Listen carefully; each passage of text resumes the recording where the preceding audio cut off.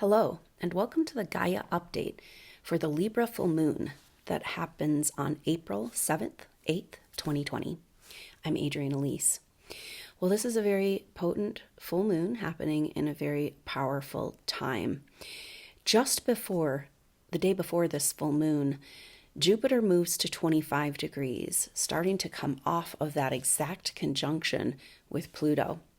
This very intense squeeze of energy with Jupiter right next to Pluto at 24 degrees Capricorn. So this full moon is speaking to this time, this shift of ages that we're in. Now, Libra is trying to bring balance and harmony. It's trying to see the other side of the story and bring people together. Libra also represents justice, and spiritual justice is something sorely needed on our planet.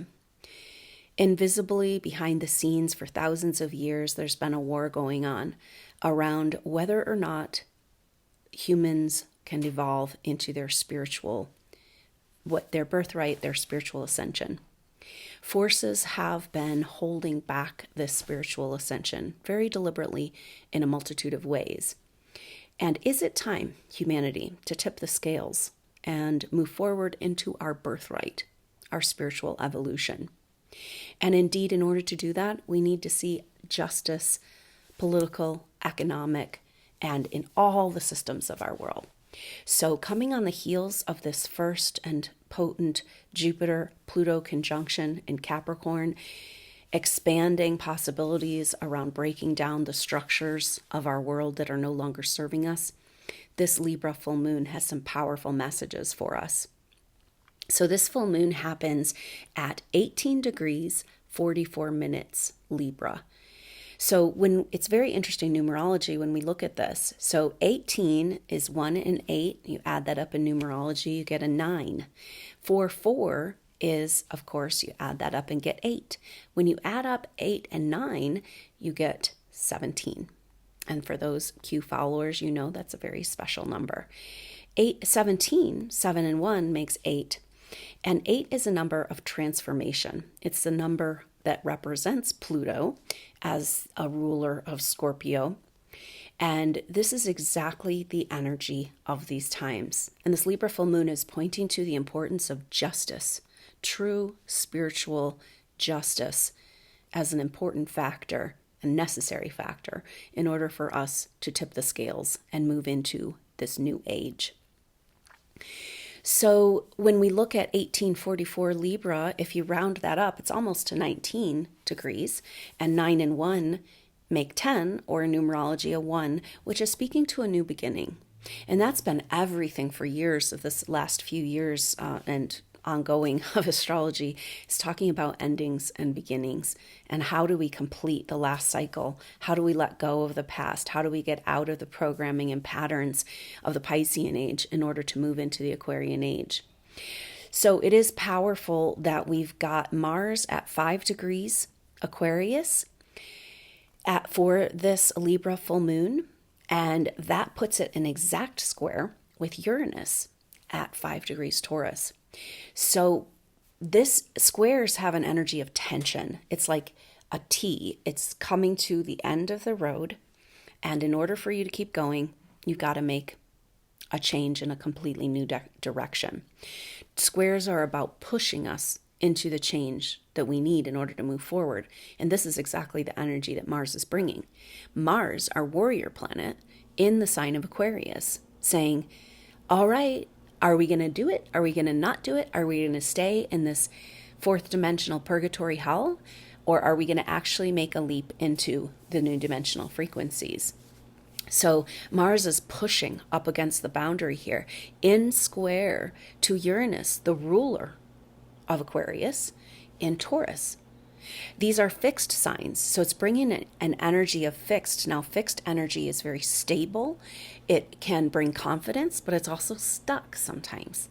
And so, but there's an energy of like kind of confidently moving in and taking the shift and turning the corner into this new age with this Mars square Aquarius, that energy of the divine masculine coming in, which is so important when we're looking at this idea of true divine justice.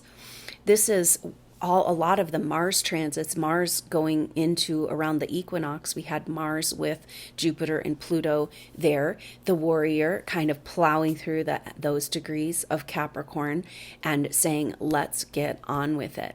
And so Mars, there's an energy here around this divine masculine, this energy that we haven't been able to really grab a hold of, very much on the table right now as we watch society kind of roll over and allow our money to be stolen yet again and our freedoms to be stripped from us while we're told lies and kept in confusion and being manipulated, and very, very confusing times. But also it's pushing us into claiming back our backbone and being able to, so the divine masculine energy, the higher octave of Mars, what Mars is trying to learn and implement, incarnate, and grow is this righteousness. It's something we haven't seen, in our leaders for so long. This feeling of standing up for what's right and good and true. And in fact, even when they did, they were lying and behind the scenes raping us. And so it's just this very needed energy on the planet of this righteous warrior within each of us that's willing to stand up, and especially those empathic souls that have been giving away your energy to parasitic energies for far too long. And it's time to contain that energy. This is what the masculine, higher octave of masculine does, is provide a container for the magic, to hold it sacred, to support the fountain, right? To be able to burst forth the gifts of this, of compassion, of universal love, the very powerful higher octave tenets of the Aquarian age. And yet, if we can't provide a container, if we can't stand strong in the light and say no, then we can't really tip the scales and move into our new evolution. So very powerful energy here with Mars in square to Uranus. Now, Venus is in Gemini for this full moon. And Gemini is an air sign and a mutable sign, talking about an adjustment, and Gemini rules communication. So now Venus takes a retrograde in Gemini. And so moving into Gemini is bringing this Venus retrograde energy to the foreground, even though it doesn't happen until May. Now, Venus is going to be at 3 degrees and in a trine with Mars in Aquarius. So really sweet energy there of harmony. In this, Venus, the divine feminine, coming into some new ideas, adjusting the mind. That's, Venus and Gemini wants to talk, discuss, explore ideas. That's a very good energy for us right now. And it's a big part of bringing spiritual justice, is us facing and waking up to the truth. So interesting that Venus is taking a retrograde this summer in the sign of Gemini. And so it's like the divine feminine, Venus is a ruler of of Libra, right? And so in Gemini, it's bringing that energy of justice through communication, through ideas, through truth. And so Venus moves into its retrograde shadow, meaning it gets to the degree that it turns that it retrogrades back to on April 10th, only a few days after this full moon. So we're entering into a Venus retrograde cycle already. And so that happens when Venus gets to that 5 degrees. So that will be when it's an exact trine to kind of where Mars is now. And it's interesting because Venus moves faster than Mars, right? And so Venus is catching up to Mars in this trine energy. And yet then it's going into its retrograde shadow, so it slows down. But it means that Venus and Mars stay in a trine, like kind of close enough to be in a trine, not exact, but through the whole month of April. And I think that's very important energy for us, because the war that's going on in our world, in the duality consciousness and the dark and the light and all that that's been happening. And we're trying to move in out of duality consciousness, out of our brain consciousness into our heart consciousness is what's required to move forward in our spiritual evolution. And that has to do, because our heart is a oneness consciousness. There's actual conscious cells in our heart, though, that are formed even before the brain in a baby developing in utero. So we want to activate this heart consciousness, but that's outside of duality.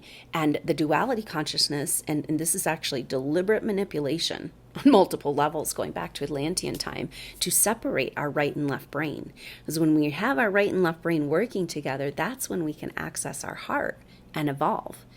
And so for thousands of years, these forces have done lots of manipulations to keep our right and left brain, our male and female, at war with each other, constantly fueling each side of every war, constantly keeping us divided, divide and conquer, and fighting against each other so that we don't recognize the control energy that's been fighting against us. And we don't stand up against them. There's so many more of us. And if we wake up to the truth and we wake up to our spiritual truth and to our spiritual power and open back up these pathways and get back into our heart, it's game over. And that's why there's been so much energy being put into keeping us at war within ourselves. And so much of the astrology over the last few years has been about trying to empower the divine feminine, and sort out the issues with the masculine, and trying to heal the feminine and empower the masculine. And this is all within each of us. We all have divine or masculine and feminine within. We've all incarnated in male and female bodies. And so it's time to come back to that sacred marriage within. And that's a lot of this Libra energy. It's kind of like, can we find a place of balance and harmony in our world? And that's what this is all about. So powerful that Venus and Mars will stay so close, even though Venus does not catch up, to Mars. And so it'll be interesting. I don't know when. I'll have to look at when they do actually catch up with each other. It's probably during the Mars retrograde. And so as far as in a relationship in this way, in trine. But so we've got this sweet trine between Venus and Mars pretty much the whole month of April as Venus moves into its retrograde shadow in Gemini, saying that the shadowy, maybe it has to do with this Black Moon Lilith Chiron energy. So Black Moon Lilith and Chiron have moved. They're kind of 2 degrees apart, but for this full moon, they come back to 1 degree apart. And I think it's really significant because Chiron's, our deepest wounds are where we haven't been able to be who we really are. And for these light worker souls, these advanced souls on the planet that are here to be on the cutting edge of spiritual evolution, that's where you've had to shut down your light and pretend you weren't the healer you are, pretend you're not here to help humanity in order to survive, and kind of stuck in these lower karmic situations and stuck on earth and yet unable to be who you really are in your light, right?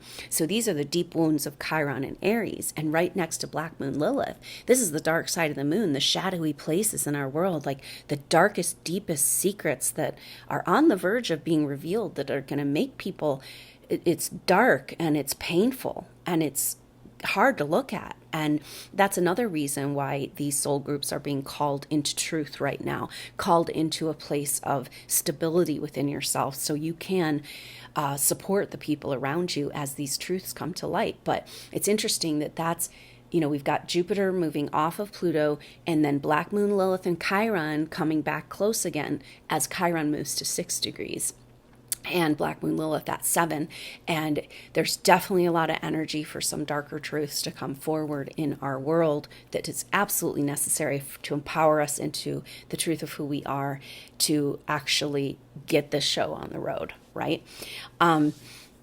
So this full moon in in Libra is going to be in an inconjunct relationship to Neptune. because Neptune's at 19 degrees Pisces. It's moved into new territory.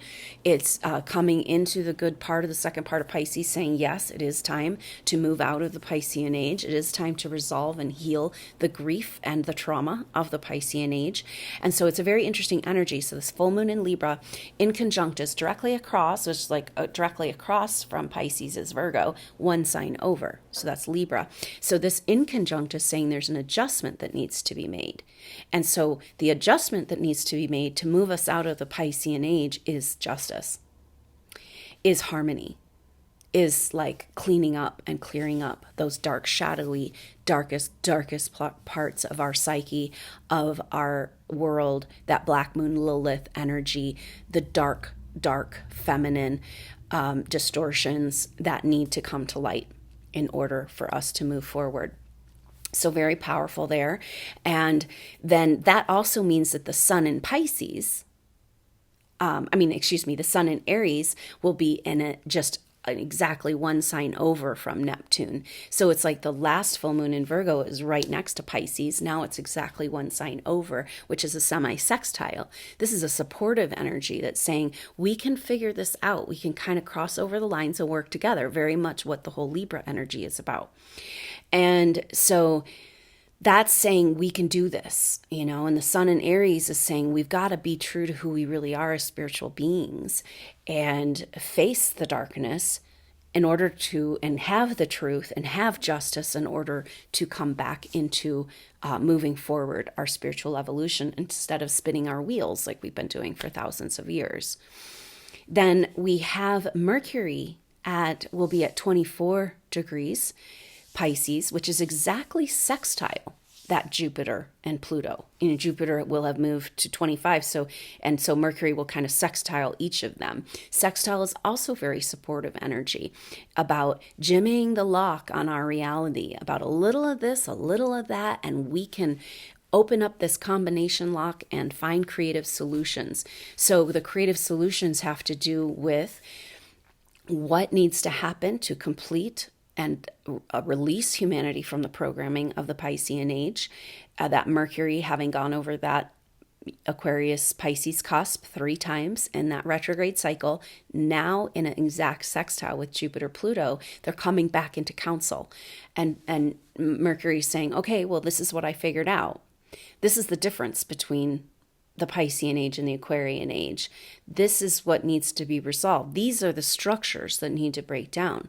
It's like world leaders of these countries coming together, and maybe that's part of this global lockdown that doesn't really fit the actual danger of the disease because there's something else going on, and world leaders coming together in the room to say, okay, we can't go forward without really having a fundamental change in these structures. Jupiter Pluto in Capricorn is like, you can't put a Band-Aid on that shit. You can't just like adjust it a little bit here and there, right?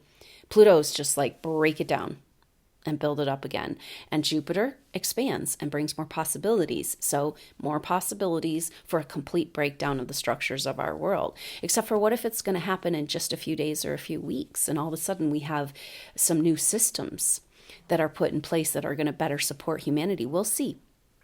We don't really know what's going on, and yet this full moon time is got a lot of energy around revealing a little bit more of why we're really in lockdown and what's really going on. But everything is pointing to that it's time to tip the scales and move into our spiritual evolution, which has to do with truth and justice, and it has to do with harmonizing our world, and that all goes back to the Aries energy, where the sun is, and Chiron and black moon Lilith, being the light that you are, being the star that you are. You can't hide anymore. Now it's safe. It's like you got to put down all of those stories that you couldn't be who you are. Now, this is the deal, though. It's because it's like these souls, it's like you don't know who you are. It's like there's a placeholder that's been operating in your life. Your bigger self is this big, huge energy, and it's time to come in, and be here. You're being called home to the earth. It's like you've been trying to get away from the earth, and you haven't actually even arrived. Maybe 1 or 2 lifetimes is what I've seen in people's past life experiences, where you actually had a full expression of who you are as a spiritual being. And that was like in ancient times, And so it's kind of like, okay, all that time's gone on. Do you even remember who you are? You have a faint connection to your highest self that represents this bigger part of you. But it's kind of like the Piscean energy has kept us into a hierarchical relationship to this. And all the spirituality that we experience, is really a hierarchical, like, oh, my teacher, I give my power over, and then I can attain and move forward and have outside recognition, Father God. And then when I'm good enough and I earn back my power, then I can proceed to the next level, and that's the distortion of our spiritual evolution we've been stuck in. And now it's just like supporting each other in mutual inspiration. It's not hierarchical. Visionary leaders that are bringing about, just like sharing this energy of support for everyone. It's not about, are you good enough or did you earn it? Because we already had it and it was stolen from us. And it's our birthright. It's who we are by definition. And that's this Aries energy. And so that's kind of the key to all of it right now.